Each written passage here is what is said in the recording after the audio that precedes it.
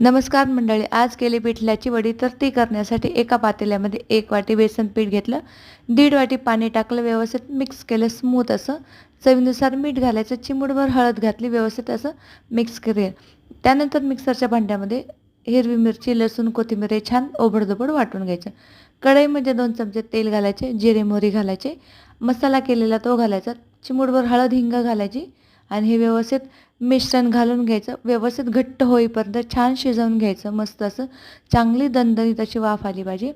त्यानंतर एका प्लेटला छान असं भरपूर तेल लावून घ्यायचं. त्याच्यामध्ये सगळं हे मिश्रण टाकून घ्यायचं. स्पॅच्युलाची किंवा वाटीच्या साहाय्याने एक छान अशी थापून घ्यायचं आणि त्याच्या वड्या पाडायच्या. चाकूच्या साहाय्याने शंकरपाळ्याच्या किंवा कापण्याच्या आकाराच्या वड्या पाडायच्या. व्यवस्थित बघू शकता अशा पद्धतीने. आणि वरून छान असे तीळ घालायचे, खिसलेलं खोबरं घालायचं, बारीक चिरलेली कोथिंबीर घालायची. मस्त तयार आहे थापी वडी. सबस्क्राईब करायला विसरू नका. बाय.